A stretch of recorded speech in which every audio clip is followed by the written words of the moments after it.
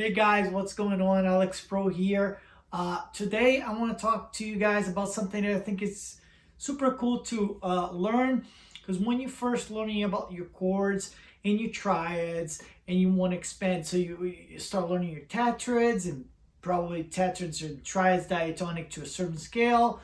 Usually the first one is the major scale, and then you start looking to different types of voicings for chords other than those basic, if you want to call those basic ones. But then you start learning how you can voice chords. You have spread voicings, shell voicings, all these types of voicings, and it gets a little confusing.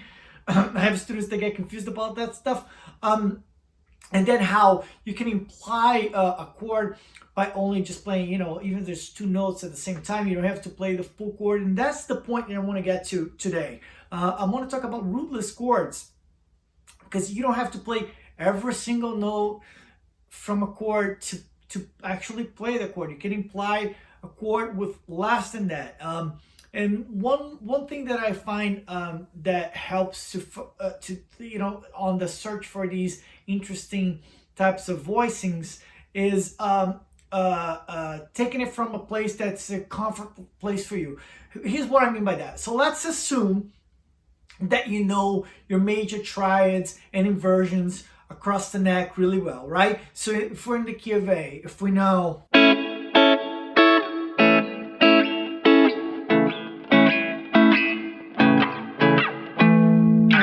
let's assume that you know that really well, and you know your intervals, right? Your basic theory stuff. So if we take, instead of learning our tetrads and inversions across the neck, meaning whatever in the key of C, right? If we take your position, inversion, right? All that stuff playing across 4 strings at a time. Let's say you already know that too, but you want to learn different things for different chords. So instead of playing your basic, C7 here, or if you're in A, you're E7 here, and your inversions. You want to learn how to play those chords and inversions for those chords with last notes. So that's where I think the rootless voicings come in, and you can find very interesting voicings with those. They're going to be easy because they're close to the ones that you already know so well. So if we go back to our A, key of A, major triads here, and let's say you want to play dominant chords, and you want to basic 7 chords, no tensions, and you want to take from that place that you know so well. So all we're going to do is we're going to try to find rootless voicings just by getting rid of the root, right? Rootless. And then we're going to replace the root with the flat 7th, right? The minor 7th. That's what makes it a dominant, right? So now we're still playing 3 notes. So we're playing triads, but they're rootless. They imply a tetrad, which is a dominant chord, right? But they're still triads. So that's what's cool about it. And so then what we're going to do is every time we play one of those, because what are those? Root position, first inversion, second inversion, right? So what we're doing here, you're going to spot the root on each of those shapes, and you're going to get rid of it. And you're going to play the minor 7th instead. So here, if we have the root on the 3rd string, now we have a minor 7th. So we play, right? It's still triad, 3 notes, but now we have the dominant sound, right? And this is our key, but we're not even playing the A, right? We have it here, our first inversion. Now there it is, right? We replace the root, the minor 7 here. Right? Some of these you might know, because especially this one, play funk.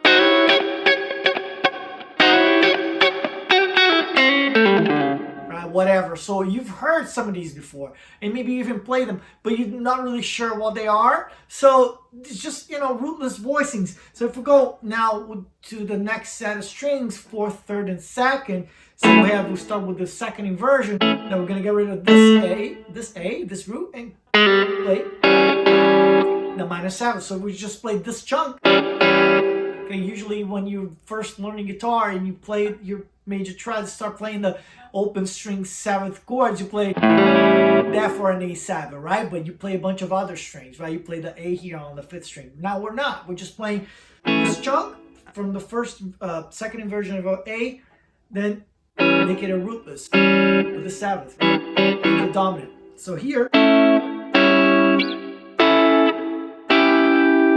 right? Same thing on the next set of strings. So instead of A first inversion, now we have. Imagine that you're playing like this, right? And we have here,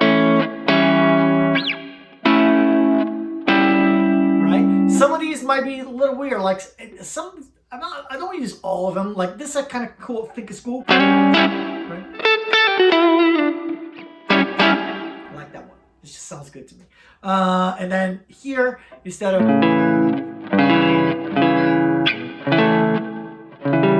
that's the big stretch right there. And then here,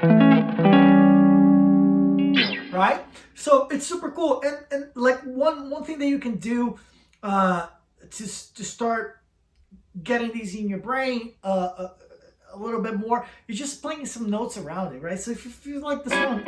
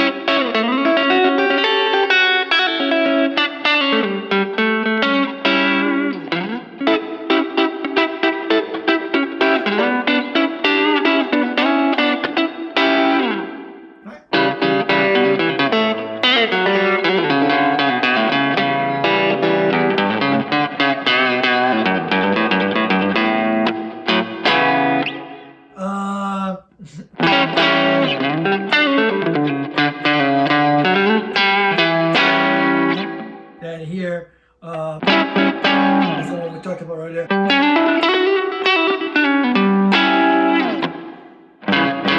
It's kind of here.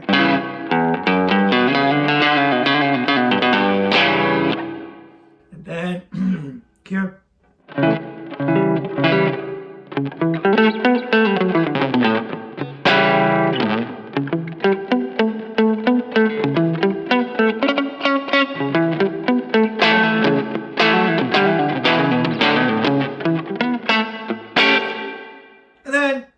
Last one here. So just playing around these will help you find just fixate in your brain a little bit more. Now another cool thing that I like to do is this is a bit more advanced. Once you're comfortable with this stuff and you still want to expand, is making a comparison. Now I'm going to make it with the 7th major 7th chord because it's just easier. So let's say you're doing the same thing that we just did with the dominant, but you want to do with the major 7th chord, right? So we'll start these triads, and instead of playing the rootless, replacing the root with the minor 7th, we're going to replace it with the major 7th, right? So every time there's an A root, put in the key of A, we're going to play a G sharp, right? So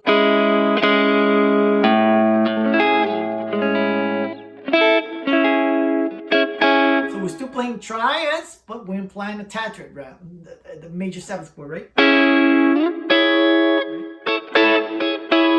it's kind of easy because it's right next to the minor 7th or the major 7th. If minor 7th if you're doing dominant, and the major 7th here if you're doing a major 7th chord, because they're right next to the root, so it's easy. The major 7th just half step down from the root, right?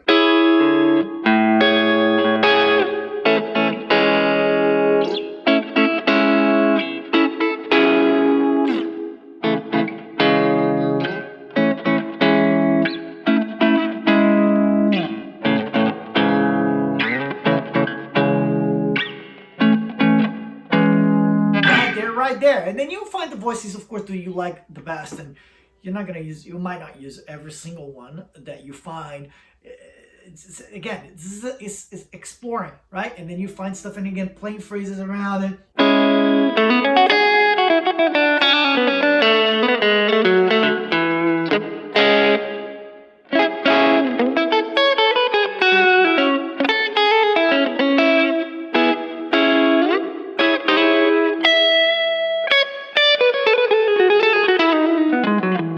Oh, sorry, it's something else.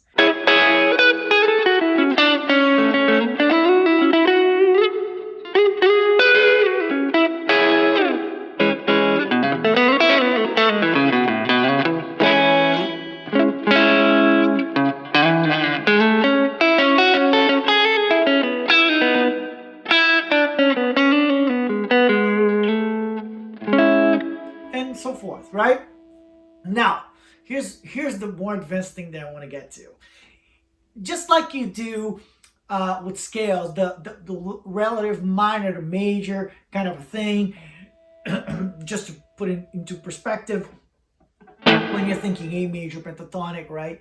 And you're thinking, oh, okay, what other scale has the same notes? So just change your phrasing a little bit, right? And then you find out that your relative minor, which is your minor pentatonic, a whole step and a half step down, right? In this case, F sharp minor pentatonic, has the same notes as E major pentatonic, right? And one of the reasons why you learn this stuff is to change. You will see that you will develop, and this I tell every student of mine to do this. First, you develop your phrasing only on major pentatonic, like get really solid. Then you develop your phrasing only on minor pentatonic, or whatever scale you're starting with first. And then you use this technique, because the whole point of it is that to change up your phrasing, right? Now, you can do the same thing with chords, right? Relative, kind of an idea. So we can take this kind of a thought process and apply it to our rootless chords. So this is where it gets cool. If we're thinking of a major seventh chord, right?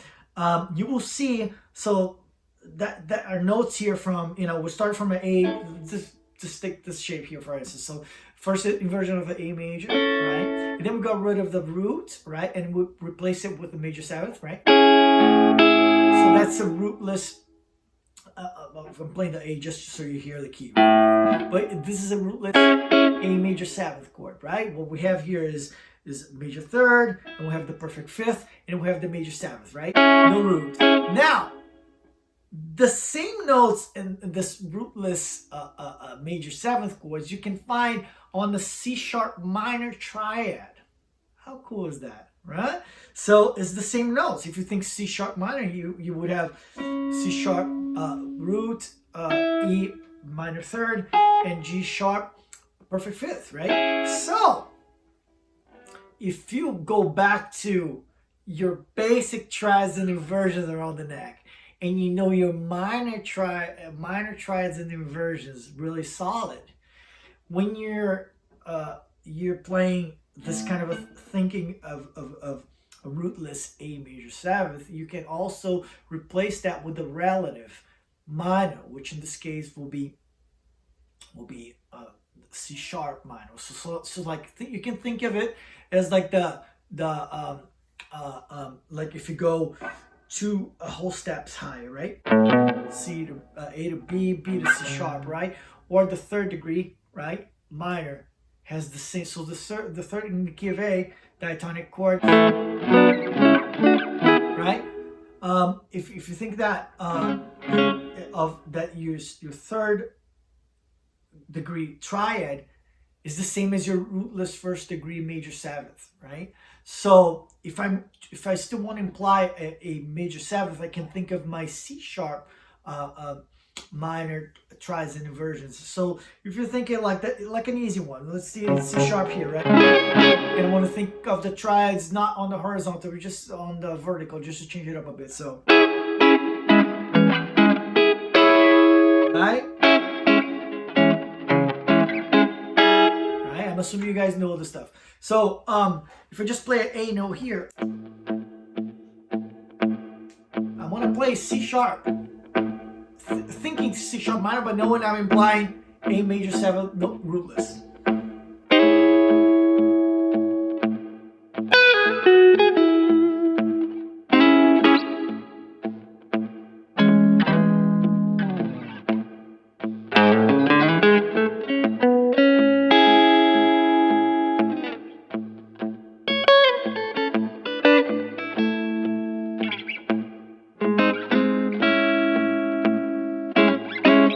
I messed up.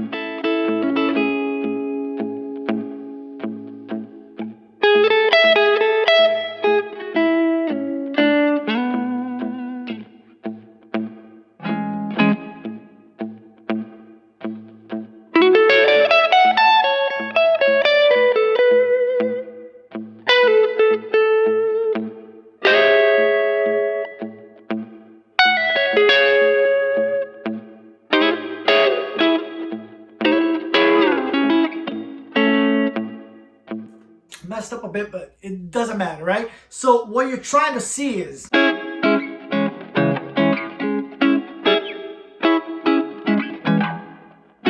oh, yep.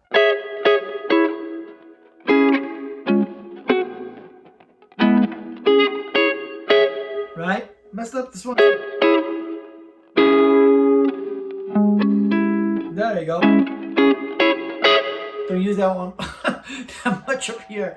But this is what you're trying to see. This is just like instead of thinking A major, I'm thinking relative. I'm thinking the relative 3 minor triad that implies the 1 major 7th rootless. That makes sense? It's just a different way of looking at things, and you'll find different chords for it. Because if I'm thinking A, even if I'm thinking A rootless, A major 7th rootless, I will think differently than if I'm thinking C sharp minor, right? So if you're thinking, even like trying to find chords and voicing for those, like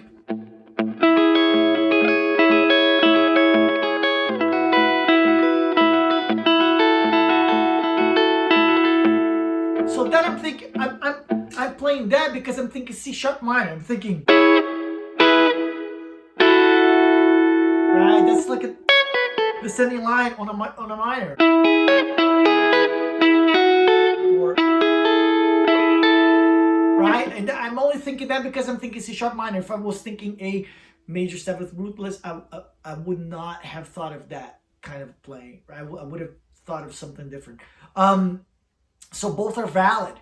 I just hope you guys enjoy this. This is a quick one. It's just not a lot of playing and some of me messing up every now and then. But it's just for you to get the idea of how you can also apply the relative major and minor kind of thinking to other things. It's not just for scales; it's also for chords. Okay. Let me know how you like it, and let me know if you are able to use that at all in your songwriting or in your improv. There's many ways you can use this technique. All right, guys. Until next time, rock on.